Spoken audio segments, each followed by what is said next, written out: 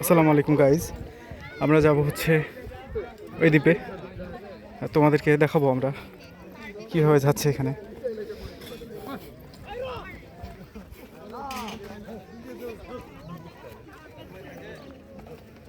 তো এই জায়গাটা অনেক বেশি খাড়া, একদম হাই রিস্ক। ব্যালেন্স হারালে সমস্যা আছে,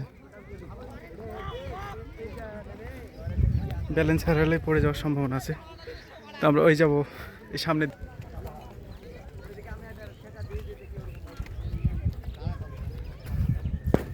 তো সাথেই থাকো আমাদের, আমরা ওই দ্বীপে পৌঁছে তোমাদেরকে জানাবো যে দ্বীপের মতন এই জায়গাটা সব দ্বীপ না, বালুর চর। তো ওই বালুর চরটা তোমাদেরকে এক্সপ্লোর করে দেখাবো যে ওই বালুর চরে কী কী আছে। এই যে দেখতে পাচ্ছ বালুর চর। এটা হচ্ছে এটা হচ্ছে নীলপানির হ্রদ, নীলপানির হ্রদ, চারিপাশে পাহাড়ের মতো। যদিও এটা আসলে অরিজিনালি কোনো হ্রদ না, অরিজিনালি কোনো হ্রদ না, এটা আসলে পদ্মা নদীরই একটা অংশ। আর নদীটা বন্যার পানিতে ভেঙে গেছে, ভেঙে গিয়ে একটা জলাবদ্ধতার সৃষ্টি হয়েছে এখানে। মানে চারিপাশে পাহাড়ের মতন একটা জায়গা। আর হচ্ছে যে এই জায়গাতে পানি আছে, পানিটা খুবই স্বচ্ছ। তো আমাদেরকে যেতে হবে এই লম্বা একটা পথ পাড়ি দিয়ে, এই পাশ দিয়ে একদম ওই পাহাড়ে যেতে বেশ সময় লাগবে। দেখাই, এই রাস্তা দিয়ে এখান দিয়ে যেতে হবে। আর আমরা আছি আজকে নবগঙ্গবাদ। এ দেখতে পাচ্ছ, এটা হচ্ছে নবগঙ্গবাদ। এটাও পদ্মা নদীরই একটা বাঁধ। এলাকার নামটা এই মুহূর্তে মনে পড়ছে না। তো এই ফাঁকে তোমাদেরকে একটা ইনফরমেশন জানাই দিই, সেটা হচ্ছে বাংলাদেশের এখন সব থেকে লংয়েস্ট, অর্থাৎ দৈর্ঘ্যের দিক দিয়ে সব থেকে বড় নদী কিন্তু পদ্মা নদী। এর আগে কিন্তু ছিল মেঘনা নদী। সো এই সাধারণ জ্ঞানটা অনেক সময় দরকার হয়। আর কথাটা বেসিক্যালি মনে পড়লো যেহেতু আমি এখন পদ্মা নদীর পাড়েই আছি। আর আমাদের এই পদ্মাতেও কিন্তু ইলিশ পাওয়া যায়, বাট সব জায়গায় তা না। যেখানে একটু পানির গভীরতা বেশি থাকে, হ্যাঁ, সেই জায়গাগুলোতে সাধারণত ইলিশ মাছ পাওয়া যায়। যদিও আমরা যেখানে আছি এই জায়গাটা কিন্তু খুব বেশি গভীর না, হ্যাঁ, এই জায়গাটা বলা যায় অগভীর। অগভীর বলতে মানে নদীর যে মেন স্পট, সেই মেন স্পটের তুলনাতে অগভীর, বাট একদম অগভীর না। এখানেও মিনিমাম 5 মানুষ পানি হবে, অর্থাৎ 5টা পূর্ণবয়স্ক মানুষ যদি দাঁড় করাই দেওয়া যায় সে কিন্তু ডুবে যাবে। তো হচ্ছে যেটা বলছিলাম যে আমরা যদি ওই জায়গাটাতে যেতে চাই, বালুর স্তূপ জমে আছে, তাহলে আমাদের অনেকটা পথ ঘুরে ঘিরে যেতে হবে। আর দেখছো এখানে আজকে যেহেতু ঈদের দিন, তাই চারিপাশ থেকে মানে চারিদিকের মানুষজন এখানে ঘুরতে আসছে। এখানে দেখতে পাচ্ছ ছোট ছোট পিচ্ছি পিচ্ছি বাচ্চাগুলো ঘুরতে আসছে।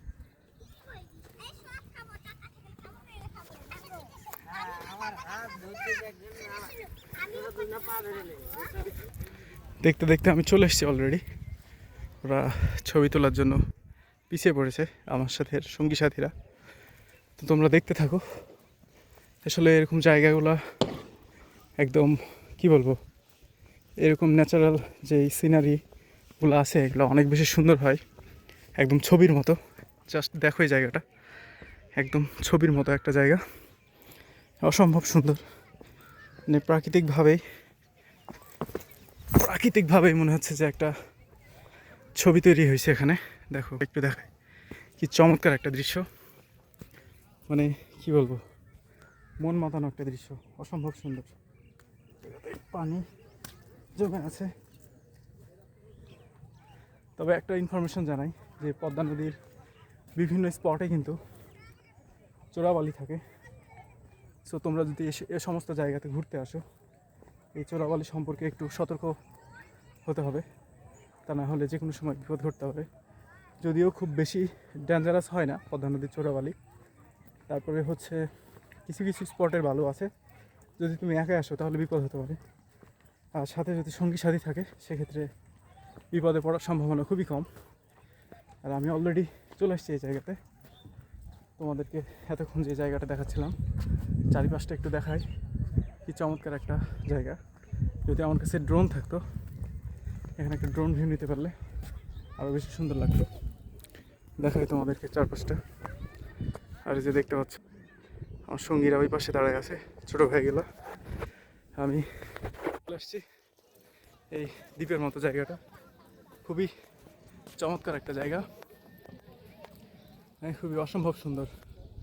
আমি কিন্তু ওই বাঁধে ছিলাম, আর ওই বাঁধ থেকে কিন্তু এখন এখানে চলে এসেছি। জাস্ট অসাম অসাম একটা ফিল।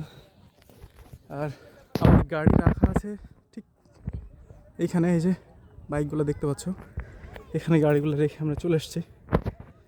সো রাজশাহীতে যারা থাকো বেসিক্যালি, তারা হয়তো অনেকেই জানো না যে রাজশাহীর মধ্যে এরকম সুন্দর একটা জায়গা আছে। তো আমি যদি একটা ইনফরমেশন জানাই, সেটা হচ্ছে এই দিকে আরেকটা বাঁধ আছে, ওই বাঁধটার নাম হচ্ছে আইবাদ। আইবাদ থেকে মোটামুটি 2 থেকে 3 কিলোমিটার, 3 কিলোমিটার হবে মিনিমাম, 3 কিলোমিটার হবে, তারও বেশি হতে পারে। যাই হোক, একটা আইডিয়া করে ফেললাম। তো তোমরা যারা আইবাদে ঘুরতে আসো, তারা চাইলে কিন্তু এই বাঁধটাও ঘুরে খুবই ভালো লাগে কাজ করবে আশা করি। সো এই যে তোমাদেরকে দেখায় রাজশাহী হাইটেক পার্ক যেটা বলে, এই যে বিল্ডিংগুলো দেখা যাচ্ছে অনেক দূরে, এই বিল্ডিংগুলাই মূলত হচ্ছে হাইটেক পার্কের বিল্ডিং। আর আরেকটা কথা বলি, এই রাজশাহীর পদ্মা নদী কিন্তু একদম বর্ডার লাইনে, অর্থাৎ আমরা যদি এইদিকে চলে যাই, হ্যাঁ, এটা নদীর হচ্ছে দক্ষিণ সাইড। এই দক্ষিণ সাইডে যদি যাই, মানে এই চরটা যদি আমরা ওভারকাম করে চলে যেতে পারি, তাহলে কিন্তু ওই পাশে ইন্ডিয়া, আর এখান থেকে ইন্ডিয়ার বর্ডার খুবই কাছে।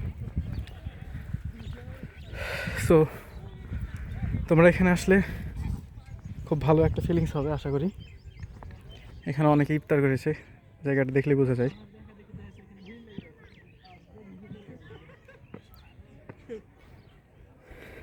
তো নবগঙ্গা থেকে আজকের ভিডিও এখান পর্যন্তই, দেখা হবে নতুন কোনো জায়গাতে।